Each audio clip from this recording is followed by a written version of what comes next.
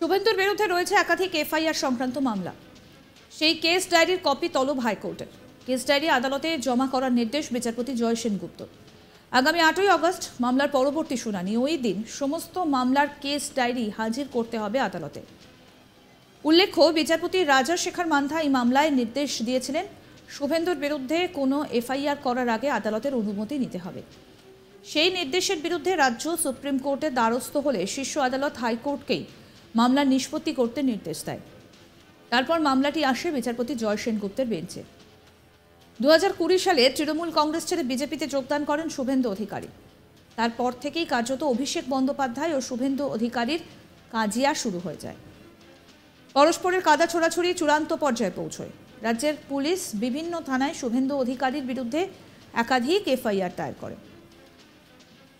বাধ্য হয়ে হাইকোর্টে ছুটতে হয় বিরোধী দলনেতাকে, কারণ মামলার গেরোয় তিনি তখন প্রায় জেরবার।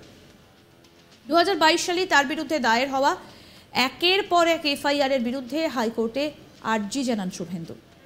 আদালতের কাছে তার আবেদন ছিল দল বদল করার পরে তার বিরুদ্ধে ইচ্ছাকৃতভাবে মিথ্যে মামলা দেওয়া হচ্ছে, তাই হয় ওই এফআইআরগুলো খারিজ করে দেওয়া হোক, নয়তো ওই সমস্ত অভিযোগের তদন্ত করুক কেন্দ্রীয় তদন্তকারী সংস্থা সিবিআই। সেই মামলার শুনানিতে বিচারপতি মান্থার পর্যবেক্ষণ ছিল শুভেন্দু রাজ্যের বিরোধী দলনেতা। তিনি মানুষের ভোটে নির্বাচিত। পুলিশ নিজে অথবা অন্য কারো নির্দেশে তার বিরুদ্ধে একের পর এক অভিযোগ এনে জনগণের প্রতি বিরোধী দলনেতার কর্তব্য আটকে দেবার চেষ্টা করছে। তাকে কাজে বাধা দেওয়া হচ্ছে। একই সঙ্গে বিরোধী দলনেতা হিসেবে তার একটা সম্মান এবং মর্যাদা আছে, তা ক্ষুণ্ণ করা হচ্ছে। ওই যুক্তিতেই 2022 সালের 8ই ডিসেম্বর শুভেন্দুর বিরুদ্ধে দায়ের হওয়া 26টা এফআইআর এর ওপর অন্তর্বর্তী স্থগিতাদেশ দিয়েছিলেন বিচারপতি মান্থা। বিচারপতি রাজাশেখর মান্থা এই মামলায় নির্দেশ দিয়েছিলেন শুভেন্দুর বিরুদ্ধে কোনো এফআইআর করার আগে আদালতের অনুমতি নিতে হবে। সেই নির্দেশের বিরুদ্ধে রাজ্য সুপ্রিম কোর্টের দ্বারস্থ হলে সেখানেও মুখ পুড়েছিল রাজ্যের। আমাদের প্রতিনিধি মানস নস্কর কি প্রতিবেদন তুলে ধরেছেন শুনব। বিরোধী দলনেতা শুভেন্দু অধিকারীর বিরুদ্ধে এখনো পর্যন্ত যতগুলো মামলায় এফআইআর দায়ের হয়েছে সেই সমস্ত মামলার কেস ডায়েরি তলব করলেন বিচারপতি জয় সেনগুপ্ত। আগামী 8ই আগস্ট বিচারপতি জয় সেনগুপ্তর বেঞ্চে রাজ্য পুলিশকে সমস্ত মামলার কেস ডায়েরি পেশ করতে হবে। ওই দিন এই সংক্রান্ত মামলার পূর্ণাঙ্গ শুনানি হওয়ার কথা রয়েছে। বিচারপতি সেনগুপ্ত 8ই আগস্ট এই মামলার পূর্ণাঙ্গ শুনানি করবেন। প্রসঙ্গত, বিচারপতি রাজাশেখর মান্থা 2022 সালের ডিসেম্বর মাসে এক নির্দেশে জানিয়েছিলেন যে বিরোধী দলনেতার বিরুদ্ধে নতুন করে কোনো এফআইআর দায়ের করা যাবে না, বা রাজ্য পুলিশ বা যে কেউ তার বিরুদ্ধে কোনো রকম অভিযোগ দায়ের করতে গেলে বা কোনো রকম এফআইআর করতে গেলে তার আগে আদালতের অনুমতি নিতে হবে, এমনই নির্দেশে জানিয়েছিলেন বিচারপতি রাজাশেখর মান্থা। সেই নির্দেশের বিরুদ্ধে পরবর্তীকালে রাজ্য সরকার সুপ্রিম কোর্টের দ্বারস্থ হয় রাজ্য পুলিশ, কিন্তু সুপ্রিম কোর্ট একই রকম ভাবেই নির্দেশে জানায় যে বিরোধী দলনেতার বিরুদ্ধে কোনো রকম অভিযোগ দায়ের করা যাবে না, এবং হাইকোর্ট যে রক্ষা কবচ দিয়েছিল সেই রক্ষা কবচ বহাল রাখে শীর্ষ আদালত, এবং বিষয়টি কলকাতা হাইকোর্টে ফেরত পাঠান, এবং কলকাতা হাইকোর্টই এই বিষয়ে মামলা নিষ্পত্তি করবে বলে নির্দেশে জানায় শীর্ষ আদালত। তারপর থেকে সেই মামলা বিচারাধীন রয়েছে কলকাতা হাইকোর্টে।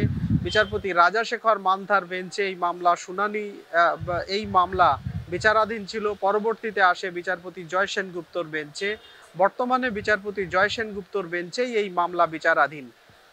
প্রসঙ্গত, বিরোধী দলনেতা শুভেন্দু অধিকারী তৃণমূল কংগ্রেস ছাড়ার পর বিজেপিতে যোগদান করার পর বাকবিতণ্ডায় জড়িয়েছিলেন রাজ্যের শাসক দলের নেতা অভিষেক বন্দ্যোপাধ্যায়ের সঙ্গে, এবং কার্যত সেই বাকবিতণ্ডা এমন পর্যায়ে পৌঁছেছিল যে পারস্পরিক কাদা ছোড়াছুড়ি বলা যায়।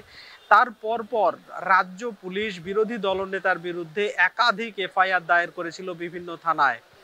প্রায় 26-27টি এফআইআর দায়ের হয়েছিল তার বিরুদ্ধে, যেখানে মূলত কয়লা ভাইপো বা কয়লা চোর ভাইপো থেকে শুরু করে আরো একাধিক মন্তব্যের বিরুদ্ধেই এই এফআইআর দায়ের হয়েছিল, বা এছাড়াও আরো অন্যান্য ঘটনার পরিপ্রেক্ষিতে বিরোধী দলনেতার বিরুদ্ধে এফআইআর দায়ের হয়েছিল। পরবর্তীতে তিনি কলকাতা হাইকোর্টের দ্বারস্থ হয়ে জানান যে তিনি বিরোধী দলনেতা বা বিরোধী রাজনীতি করেন বলেই তার বিরুদ্ধে পুলিশ একের পর এক মিথ্যা ভুয়ো অভিযোগে এফআইআর করছে। কোনো রকম ভিত্তি ছাড়াই তিনি শুধুমাত্র তৃণমূল কংগ্রেস ছেড়ে বিজেপিতে যোগ দিয়েছেন বলেই তার বিরুদ্ধে মিথ্যে ভুয়ো অভিযোগ দায়ের করা হচ্ছে। বিচারপতি রাজাশেখর মান্থা বিরোধী দলনেতা সেই যুক্তি শোনেন এবং রাজ্য পুলিশ এই ঘটনায় তেমনভাবে কোনো যুক্তি উপস্থাপন করতে না পারায় আদালতে বিচারপতি রাজাশেখর মান্থা 26টি এফআইআর এর উপরে স্থগিতাদেশ জারি করেছিলেন এবং নির্দেশে জানিয়েছিলেন বিরোধী দলনেতা হিসেবে শুভেন্দু অধিকারীর একটা সম্মান আছে এবং তিনি বিরোধী দলনেতা হিসেবে জনগণের কাজে নিয়োজিত বা জনসেবায় নিয়োজিত। তার বিরুদ্ধে পুলিশ এইভাবে বাধা সৃষ্টি করতে পারে না। তিনি যে কাজ করেন সেই কাজে অকারণ বাধা সৃষ্টি করা হচ্ছে বলে আদালত নির্দেশে জানিয়েছিল। তার পরপর রাজ্য পুলিশ সেই নির্দেশের বিরুদ্ধে সুপ্রিম কোর্টেও যায়, কিন্তু সুপ্রিম কোর্টেও মুখ পুড়েছিল রাজ্য সরকারের। পরবর্তীতে রাজ্যে পঞ্চায়েত নির্বাচনের পর ফের একটি জনস্বার্থ মামলা দায়ের হয়েছিল কলকাতা হাইকোর্টে। সুমন সিং নামে একজন তিনি কলকাতা হাইকোর্টে জনস্বার্থ মামলা দায়ের করে আবেদন জানিয়েছিলেন যে বিরোধী দলনেতা শুভেন্দু অধিকারীর এই রক্ষা কবচ খারিজ করা হোক। তার কারণ তিনি রক্ষা কবচের জন্যে যা খুশি তাই বলবেন বা যা খুশি করবেন সেটা তো হয় না। বছরের পর বছর তার বিরুদ্ধে পুলিশ কোনো অভিযোগ দায়ের করতে পারবে না, সেটা হতে পারে না। বিচারপতি ইন্দ্রপ্রসন্ন মুখোপাধ্যায়ের বেঞ্চ সেই যুক্তি মেনে নিয়ে বিরোধী দলনেতার বিরুদ্ধে যদি যথেষ্ট কারণ থাকে, উপযুক্ত কারণ থাকে, তাহলে এফআইআর করা যাবে বলে নির্দেশে জানিয়েছিল। কিন্তু পরবর্তীতে সুপ্রিম কোর্ট ফের সেই নির্দেশ খারিজ করে দেয় এবং মুখ পড়ে রাজ্য সরকারের। বর্তমানে বিরোধী দলনেতা শুভেন্দু অধিকারীর বিরুদ্ধে কোনো রকম এফআইআর দায়ের করা যায় না, করার আগে আদালতের অনুমতি নিতে হয়।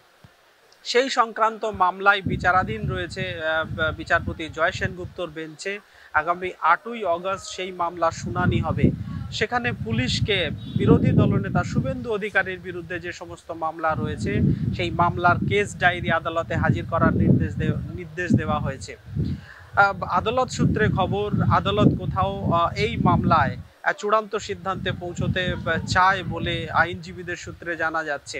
কারণ দীর্ঘদিনের মামলা, 2021 সালের এই মামলা দায়ের হয়েছিল, যেখানে 2022 সালের ডিসেম্বর মাসে বিচারপতি রাজাশেখর মান্থা বিরোধী দলনেতাকে রক্ষা কবচ দিয়েছিলেন এবং তার বিরুদ্ধে অকারণ এফআইআর দায়ের করা যাবে না বলে নির্দেশে জানিয়েছিল।